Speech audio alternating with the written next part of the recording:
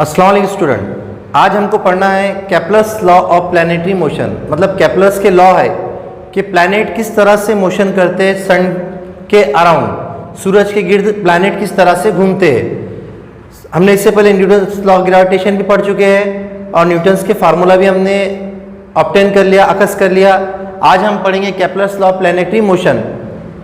तो वीडियो आगे बढ़ाने से पहले मैं अपना नाम बता दूं। मेरा नाम है नदीम अहमद खान और इस चैनल का नाम है मैथ विद खान सर। अगर आप इस चैनल पर नए हैं तो चैनल को ज़रूर सब्सक्राइब कीजिए। इसकी मदद से आपको, ये चैनल की मदद से आपको फिजिक्स के कंसेप्ट बहुत अच्छे से समझ में आएंगे, मैथ्स के कंसेप्ट बहुत अच्छे समझ में आएंगे। तो चलो वीडियो को हम आगे बढ़ाते हैं।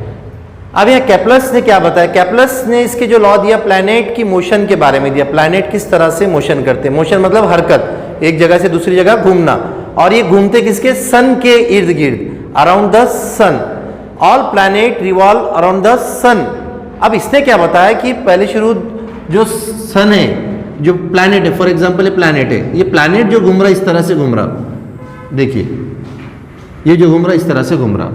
अभी प्लैनेट इस तरह से अगर घूम रहा है तो हम यहाँ से बोल सकते हैं कि जो प्लैनेट है ये मोशन जो कर रहा, गोल जो घूम रहा है वो इलेप्ट्रिकल ऑर्बिट में घूम रहा। कौन से ऑर्बिट में, इलेप्ट्रिकल ऑर्बिट, मतलब बैजवी मतलब अंडे के जैसा।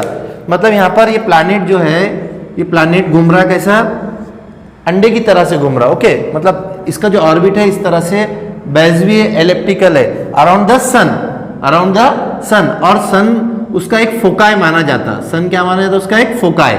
फोकाय मतलब देखिए, आप गौर करते होंगे सर्कल को एक सेंटर रहता, सर्कल को क्या रहता है, एक सेंटर, उसे सेंटर बोलते हैं, मरकज बोलते हैं। वैसा इलिप्स में अगर आप आते हैं तो उसको दो फोकस माने जाते हैं। तो उसमें का एक फोकस हम क्या ले रहे, सन ले रहे। क्या ले रहे, सन।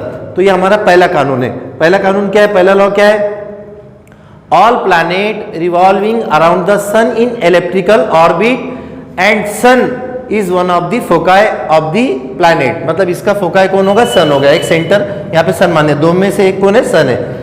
अब ये देखिए पहला कानून बहुत ही आसान है। मतलब प्लैनेट कैसा घूमते हैं, इलेक्ट्रिकल ऑर्बिट में। कौन से ऑर्बिट में घूमते, इलेक्ट्रिकल ऑर्बिट में, बैजवी मदार में, अंडे की शक्ल में ऑर्बिट बनाते, मदार बनाते। और उनका सन क्या रहता है, एक फोकस। ये पहला कानून है, sun is the one of the foci.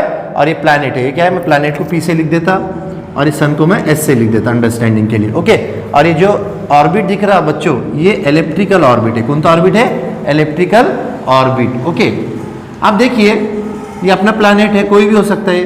Okay, अभी प्लैनेट घूम रहे। अब यहाँ पे हम क्या करते हैं, ये पॉइंट को देते ए, इसको बी, इसको सी, इसको डी, इसको ई और इसको एफ। ओके, अब मैं जो आपको बात बताना चाह रहा हूँ दूसरे कानून के ताल्लुक से। पहला तो हो गया, अपना पहला लॉ हो गया, all planet revolving around the sun in electrical orbit and sun is the one of the foci.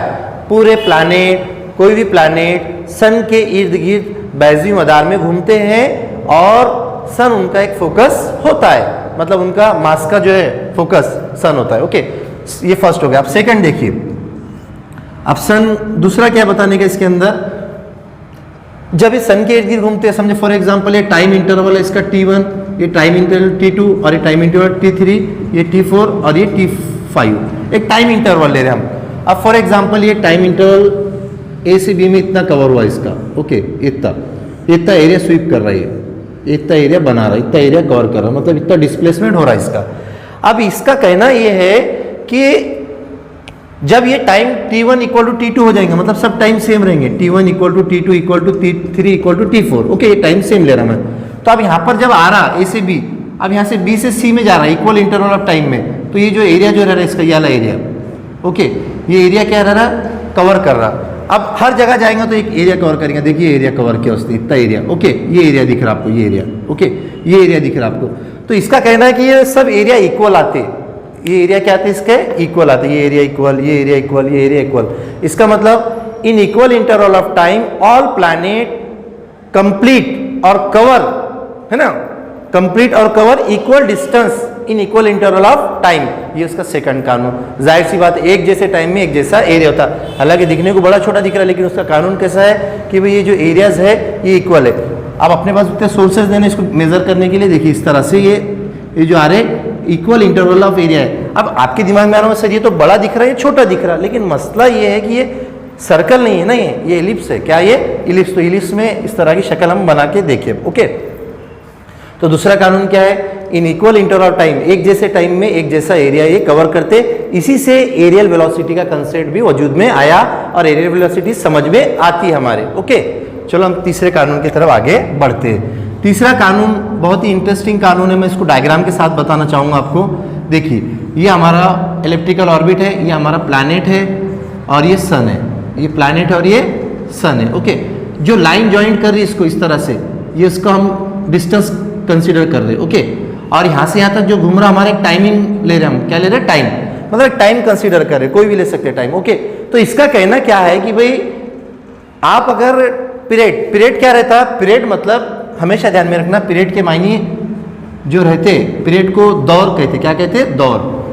अब ये दौर क्या रहता, दौर मतलब कोई भी चीज का एक रोटेशन कंप्लीट करने के लिए जो टाइम लगता है वो पीरियड कहलाता।